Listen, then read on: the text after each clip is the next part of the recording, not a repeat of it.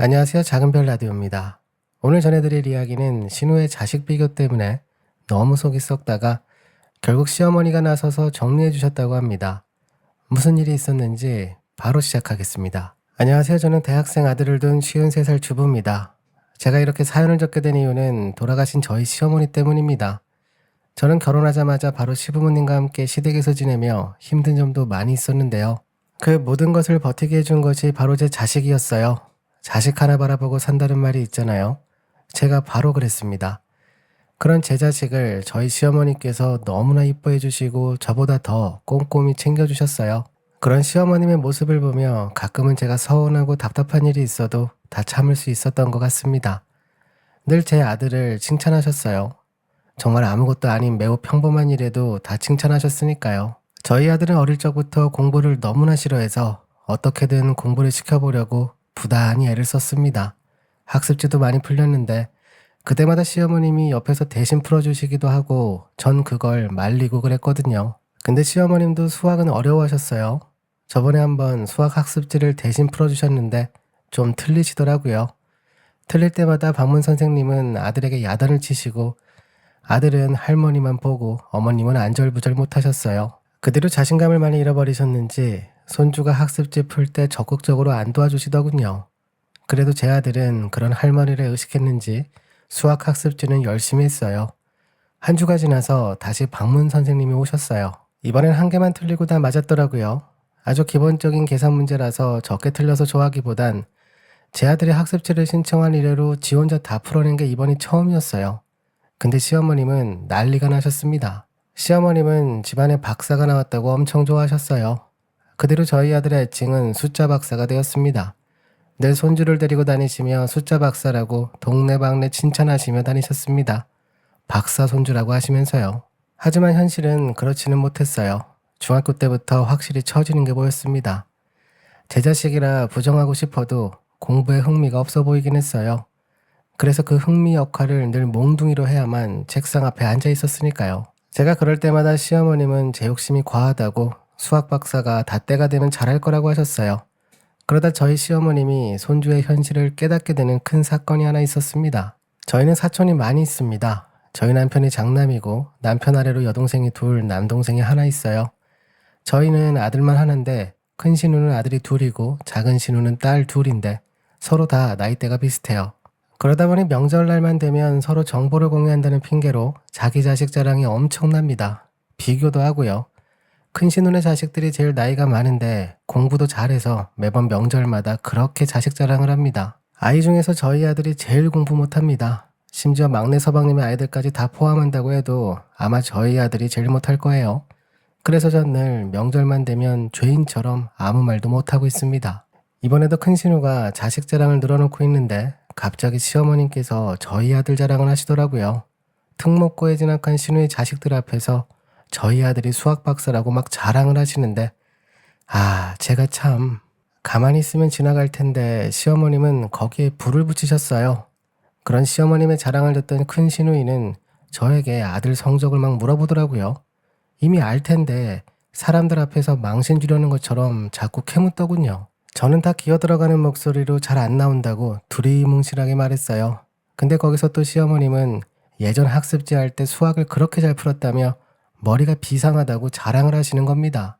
거기서 서로 멈추면 될 것을 큰 신우는 그게 또 듣기 싫었나 봐요. 굳이 제 아들 어릴 때부터 자기 아들과 하나하나 다 비교를 하는 겁니다.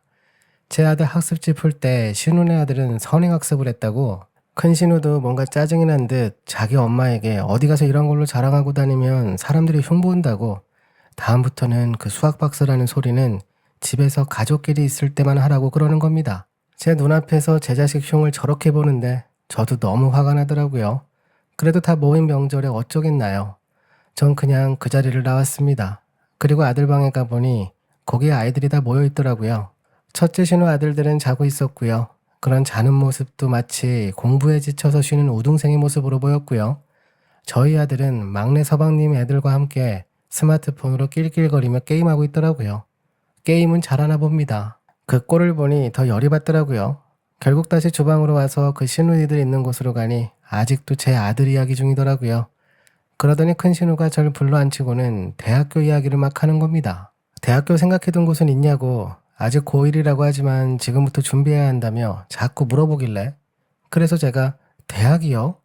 대학보다는 군대를 생각해봤는데 전 저희 아이 졸업하면 군대부터 빨리 보내려고요. 신우가 저보고 뭘 군대부터 보내냐고 대학이 우선이지. 요즘 취업도 힘들다는데 대학이 더 중요하다고 해서 제가 그랬어요. 혹시 통일되면 군대조차 저희 아들 안 받아줄까봐 그냥 빨리 군대부터 보내려고 해요. 전 최대한 대화 주제를 바꾸려고 노력했습니다.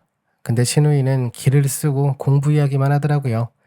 대학교 진학 준비법, 대학교가 중요한 이유, 이런 걸 1시간 넘게 이야기하고 시어머님도 다 들으셨어요. 그날 이후부터 시어머님이 변하셨어요. 뭔가 현실을 보신 듯 저희 아들에게 잔소리를 하시더라고요. 원래는 저 혼자 했던 공부 잔소리를 시어머님도 같이 하시는 겁니다. 놀고 있으면 공부하라고 하고 그때마다 손주에게 수학 박사 이야기를 늘 하셨어요. 넌 머리가 좋으니 공부만 하면 된다. 그렇게 수학을 잘하지 않았냐? 안 해서 그렇지 하면 될 거라고 귀에 딱지가 않도록 말씀하시는 거예요. 그런데 어디 사람이 쉽게 변합니까? 그래도 아들은 할머니를 엄청나게 따라서 할머니가 잔소리를 하면 앉아서 공부하는 척은 하더라고요.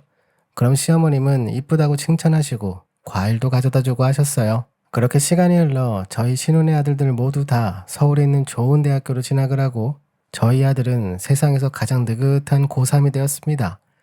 가끔 제 아들을 보면 저게 고3인지 까먹었으니까요. 그 해 구정이 지나고부터 시어머님 건강이 좀 많이 안 좋아지셔서 늘 병원에 계셨어요. 저희 아들은 늘 학교 마치면 병원에 와서 할머님과 이런저런 이야기를 하면서 보냈고요. 시어머님은 그런 손주가 고맙고 좋으시면서도 고3이라 걸리셨는지 공부 잔소리는 늘 하셨습니다. 그렇게 추석이 왔고 이번 추석은 형제들이 다 병원에 모였습니다. 그런데 큰 신우는 여전하더군요. 병실에서도 그렇게 자기 자식 자랑을 하더라고요. 대학교 생활은 어떻고 주변 엄마들이 자꾸 대학교 어떻게 보내는지 너무 물어봐서 귀찮다고 그러네요. 다행히 제 아들하고는 비교는 안 하더라고요. 수학 박사, 전 흠칫했습니다. 시어머님이 말씀하셨어요. 그러자 그때부터 대화의 주제가 제 아들이 되었고요. 이번엔 제 아들이 옆에 앉히고 그렇게 기를 죽이네요. 그 모습을 본 시어머님은 속상해 하시더라고요. 시간이 지나 수능 시험도 다 끝이 나고 겨울이 왔습니다. 어머님은 건강이 더 나빠지셔서 말씀도 잘 못하셨어요. 늘 주무시는 것처럼 보였는데 신기하게도 손주가 오면 눈을 뜨고 알아보시며 웃으시기도 합니다. 제 아들은 수능이 끝나고 나서는 늘 병원에서 살았어요. 예전처럼 늘 둘이 꼭 붙어서 있더라고요. 다른 손주들도 집에 오면 두루두루 이뻐해 주셨는데 큰 신혼의 아이들만 명절 이후로는 보이지 않더라고요. 그 모습을 보며 제가 아들 공부는 잘 못 시켰어도 사람 구실은하게 키웠다는 생각이 들었네요. 병실에서도 늘 어머님은 저희 아들에게 수학 박사라고 하며 대학교도 잘 갈 거라고 시험도 잘 봤을 거라고 전 그런 시어머님 모습이 답답하고 안쓰러웠습니다. 공부가 어디 믿음만 있다고 되나요? 현실은 아니죠. 그러던 어느 날 어머님이 제 아들을 찾으시더라고요. 밖에 있던 아들은 연락하자마자 달려왔어요.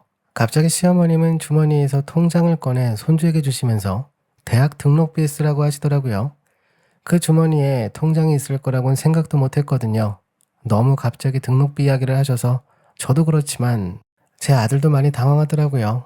이번에 수능도 잘 못 봐서 그런지 아들도 한참을 머뭇거리더군요.